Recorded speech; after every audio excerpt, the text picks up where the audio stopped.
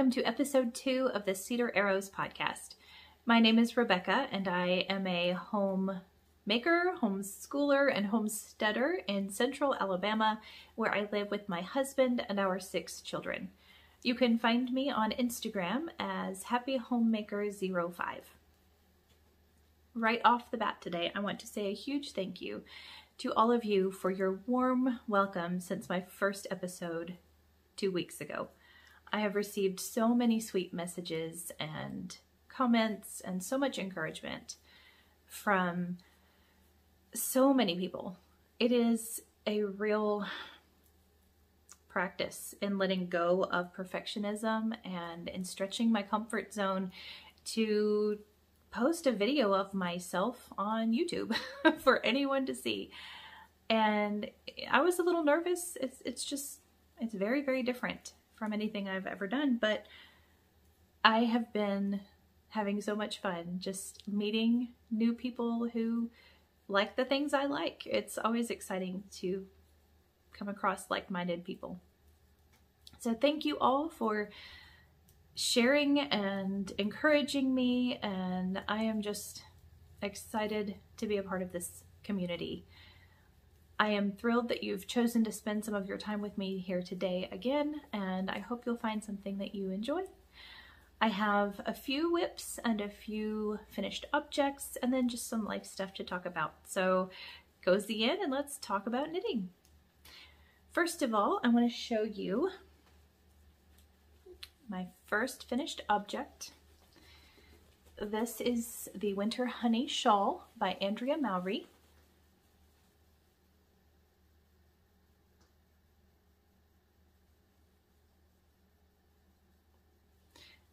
I just can't fit the whole thing in the frame, but you get the idea. This is, like I said, it's the Winter Honey Shawl by Andrea Mowry. It is a traditional triangular shawl with a center spine. It is all over honeycomb cables with a smaller cable for the body and then a larger, I'm sorry, that's my dog. Larger cable for the border.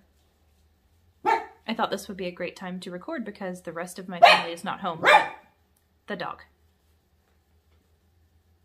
Anyway, so I just love this shawl. I am so excited to have it in my wardrobe. It is warm and squishy and just exactly what I wanted it to be. I knit it in the Brooklyn Tweed Shelter yarn that the pattern recommends, and I used the Hayloft colorway, which is one of the colorways in the sample, the pattern sample pictures. It has been knit in many beautiful colors and everyone is beautiful, but I am a beekeeper and this honeycomb texture really appealed to me. And so I wanted to use that kind of honey color for the yarn or for the pattern. Anyway, I did add one repeat to the body before I began the border, and otherwise it's just knit to pattern. It's so big and squishy and it's like a hug. I think I said last time that all winter, last winter, I kicked myself for not having made this yet. I wanted it to just wrap up in, like if I need to run out and check on an animal or run to the mailbox or sitting in church where I'm always cold, or just, you know, knitting in the evenings. It just seemed like the perfect warm thing to wrap up in. So I had thought about knitting it and just didn't get around to it. And then I kicked myself all winter because I wished that I had it to wrap up in. And so this spring, my friend Carita convinced me to go ahead and buy the yarn and work on it through the spring and summer. So I bought the yarn in the early spring and let it sit and stare at me for a few weeks until my birthday.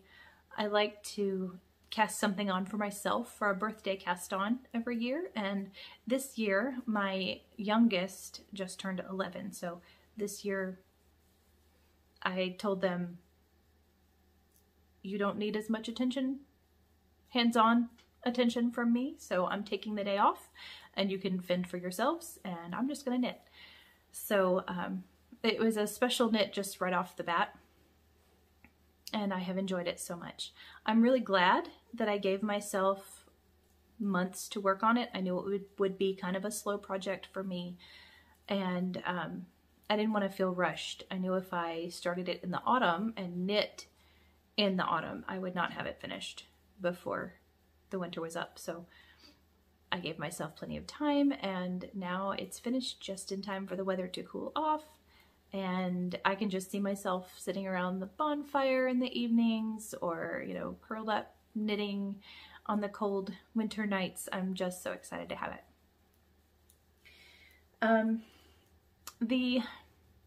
By the time I got finished with it, I was ready to be finished.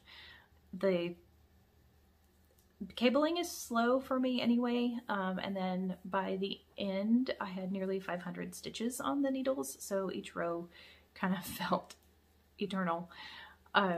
So by the time I finished, I was just ready to be done. But it is a really pleasant knit. I really enjoyed it and would absolutely recommend it. I'm so glad that I made it.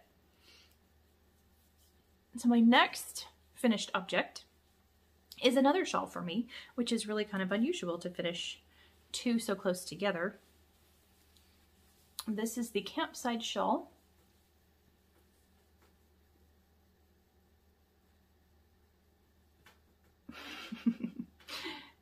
This is Campside by Alicia Plummer. I knit this in the Knit Picks Gloss DK in the Pine colorway.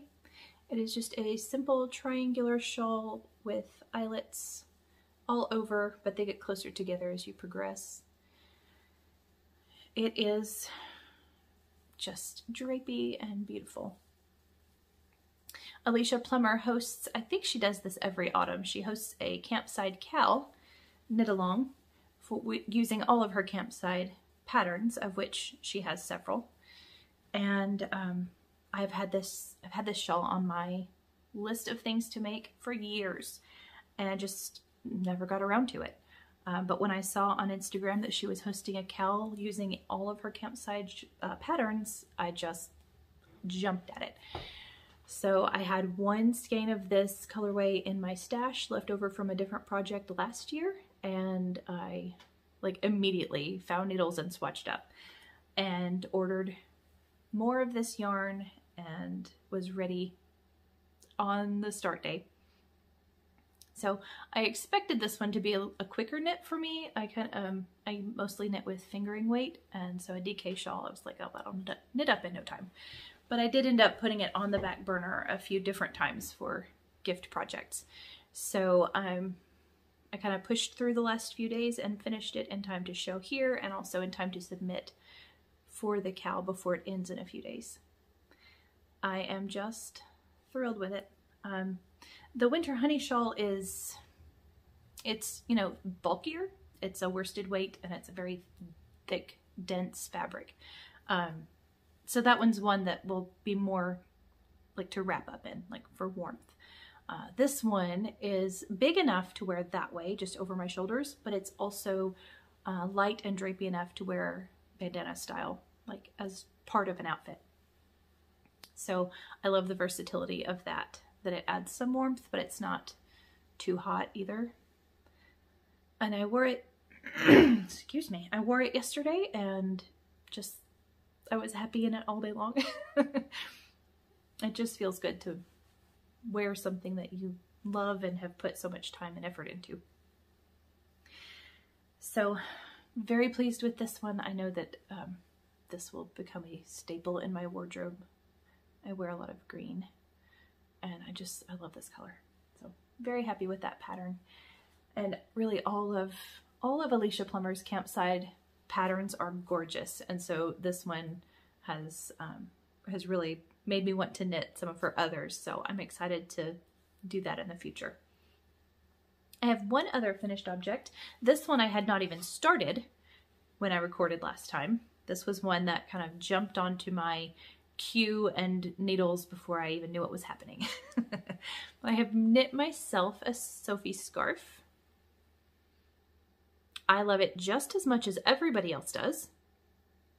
It is so sweet, so soothing and easy to knit, very easy to memorize pattern, very soothing. I used a progress keeper, so you knit from one end, increasing to the center point and then decreasing down to the other end. And so I just used a progress keeper to keep track of my rows, and you just don't have to think about it hard. Which, I don't know about you, but I really need that kind of pattern in my life.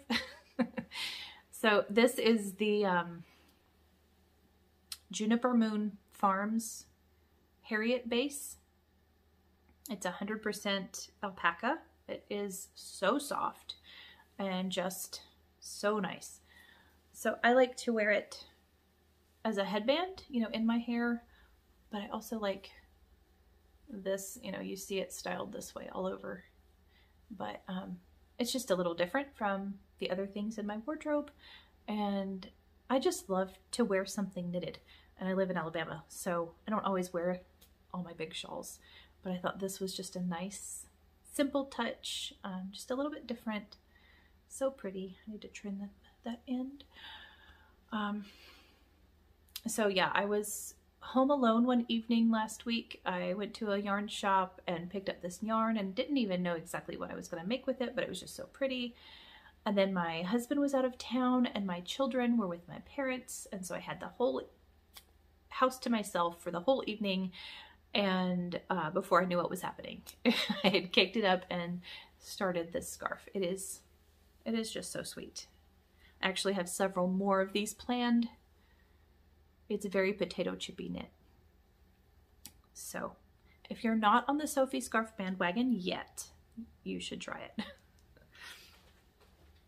Oh, I don't remember the colorway. It's a number, not a name, and I don't remember it, but it's, I think I said, this is Juniper Moon Farms in the Harriet, on the Harriet base. So soft. So that's my finished objects, and now I guess I'll show you my whips. I'll start with my next Sophie scarf. This is in a bag from Woolly Bean. She makes the sweetest bags. You can see her, kind of see her logo there. She makes the sweetest bags. I love her fabric choices.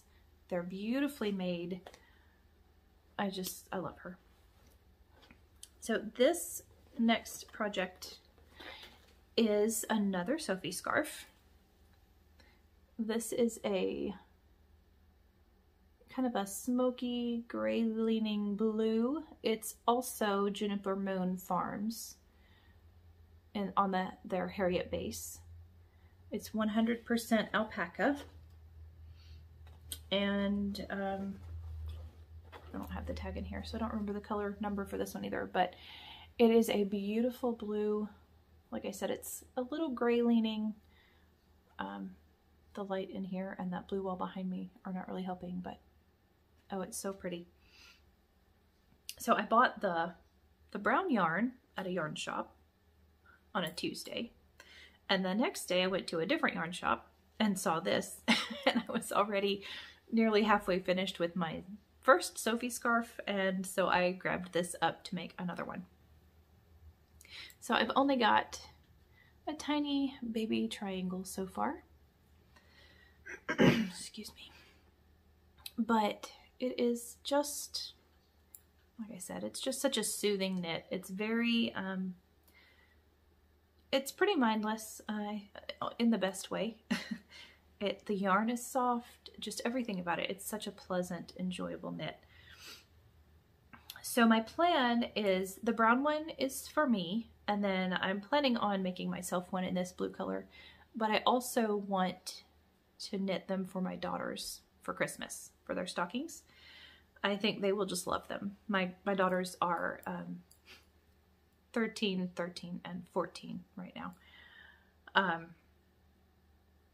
So one of them I'm going to give this blue color, and then I have a couple of other colors in my stash that I'm planning on using to knit the other two, each a scarf. So I will be able to get 2 out of this ball. So one will be for me and one for my daughter. But they're quick and they're so compact. They're very portable. It's the perfect purse project. I think I have some alpaca fuzz in my throat. So that one's, I haven't gotten very far into that one yet. I just started it yesterday just because that yarn was staring at me and calling my name. So hopefully I'll get that one finished up pretty soon and move on to a couple of others for my girls. But it's just such a nice, easy knit that I can see myself knitting several. I know there are several others who have knit multiples, and I understand why now. It's just a sweet pattern. So my next whip is a hat for my 12-year-old son. This is the Sockhead hat. This yarn is the 5-0 colorway from Desert Vista Dye Works. I think this is her Viso base. She does a year-long knit-along every year, and this is the 2nd year that I have participated. So you knit a pair of socks, or this year she started allowing hats or mittens, but you knit a pair of socks, 1 per month, and so that has been, I've knit a lot of kids socks this year. My kids all have big feet now, so they all wear adult size shoes now, and so I've used that knit-along to help me get all their Christmas socks ready and a few hats for their stockings. So I knit a pair of socks for each of them every year for Christmas, and then some years I do hats as well. This year I know several of the kids have outgrown their hats. They're warm hats that they had been wearing before, so my goal is for everyone to have a hat and a pair of socks in their stocking.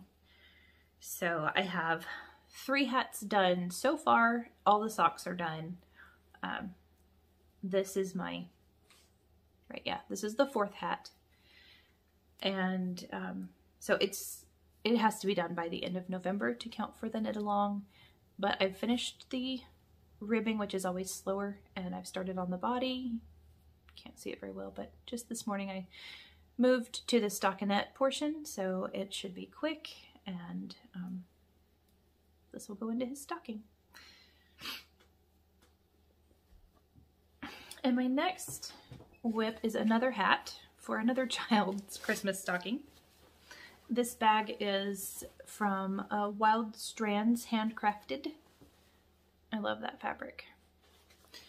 So this hat, I started it first, but then because that one has the November deadline, I am kind of setting this one aside to work on that one first. And then I'll come back to this one.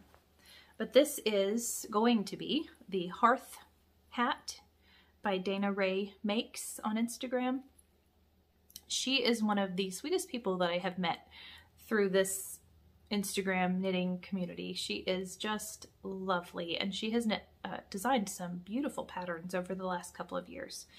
So I have knit this hat for myself a year ago or so, and my daughter, who also loves blue, is going to get this one, and I think it'll just be so cute on her. So I only have part of the brim done so far. Like I said, I kind of put this one aside to work on the Desert Vista Dye Works for the knit along, but I got a cute little penguin and reindeer antlers. Progress keepers just make me happy. So this is not very far along, but I know it will knit up very quickly, and I'm hoping to get both of these hats done by the end of the month. I try not to be holed up all through December knitting on gifts. I try to actually spend some of that time with my kids. So right now I'm just kind of squeezing in time wherever I can. I like to go for a walk in the mornings, and a simple pattern like this or the Sockhead hat, I knit on those while I walk. So I get a lot of my kid gift knitting done in the mornings before they're awake while I'm out on my walks. So those are all the whips I'm going to share today. I have a few others that I'm still just kind of keeping secret for gifts. So I feel like I'm kind of starting to feel like I'm in a time crunch, and every year I think maybe I should not make so many gifts, but my kids love it and I love it, and as long as they want things that I'm making, I'm going to keep making them. I'm also working on a couple of surprise things for my husband, so there's just not enough hours in the day. But I'm having so much fun. So that's all for my whips, but I wanted to talk a few minutes about some things I'm enjoying lately. First, I wanted to share this awesome thing that I got this past week. This is, you may have seen this, I'm blanking on the name at the moment, but this is a pattern keeper, like I don't remember what they called it. I meant to look it up before I started recording and I forgot, but it is so cool. You can prop it up like an easel. It has magnetic plates inside both of these parts, and then it comes, or metal plates, and then it comes with a bunch of magnets, and so it holds your pattern. My little row counter just snaps right on there. It's so great for those projects that you really do have to refer to the pattern a lot, especially a chart.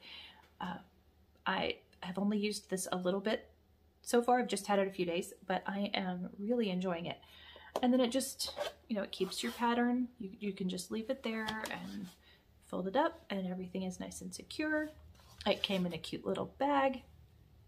So I had my eye on this for a while, and then I got a gift card from someone and decided to use it for that, and I'm so thrilled with it. So I like, you know, things that help me stay organized and not lose my pattern. So I'm really enjoying that. Another thing I've been enjoying lately is just other podcasts, knitting podcasts. Especially lately, I've been kind of catching up with Knitty McPurly, which is Devin Ventry's podcast. If you haven't watched her, definitely check her out. She is sweet and hilarious, and she dyes beautiful yarn. I love just how unafraid she is to be who she is, and I feel like I'm just sitting and chatting with a friend when I watch her episodes. She does a really fun segment at the end of each episode where she shares other knitters' stories. And actually on, I think it was episode 102, she shared my story. So I actually sent it to her before I decided to record a podcast. And then she shared my story right about the same time that I posted my first video. So definitely go check her out, and if you'd like to hear more about my knitting story, listen to episode 102, the So Here's What Happened segment, but really just listen to the whole thing. One other fun thing I wanted to share was that a week and a half, 2 weeks, time is fuzzy, sometime back, I drove to North Alabama and met Cassie from Big Sky Yarn Co. for the day. I met her at Stitches initially in 2019. I had my youngest son and a niece and nephew with me, and she noticed that I had a big stroller full of kids in the marketplace and struck up a conversation, and we found out that we both were mothers of several children and both Christians and both homeschoolers. And so we just immediately hit it off and became friends. We hadn't seen each other since that one day, that one conversation, but we had kept up with each other over social media, and we were able to plan a day to just go and spend the day together. So we met in the middle, both drove almost 3 hours, and we met at a coffee shop in Decatur, and we sat there for 3 hours at the coffee shop knitting and talking, and then walked down the street and had lunch at a sweet little restaurant, and then of course wrapped up our day at a yarn shop, Yarn Boutique of Decatur. So beautiful, full of gorgeous yarns. We just had so much fun. It was a wonderful day, and I'm so thankful to be able to do things like that. And I'm very much an introvert, and so going into any new situation is nerve-wracking for me. But I told my husband, I'm not even nervous. we talked like we'd known each other forever and had the best day. And I'm just so thankful I got to do that with her. Well, I have lost all of my light outside, and I think my family will be home soon, so I will wrap it up. But I hope that you all are well. I hope you're enjoying a beautiful autumn and getting lots of knitting time. And I look forward to hearing from you and seeing you again soon. Bye.